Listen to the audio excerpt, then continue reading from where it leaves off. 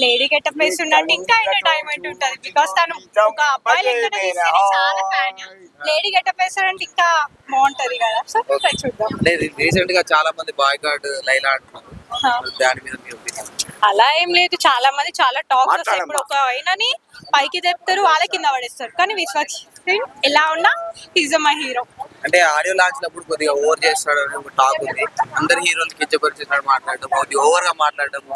తను మాట్లాడేది 100% రైట్ నాకైతే. బట్ చాలా అంటే జెన్యూన్ గా మాట్లాడతాడు.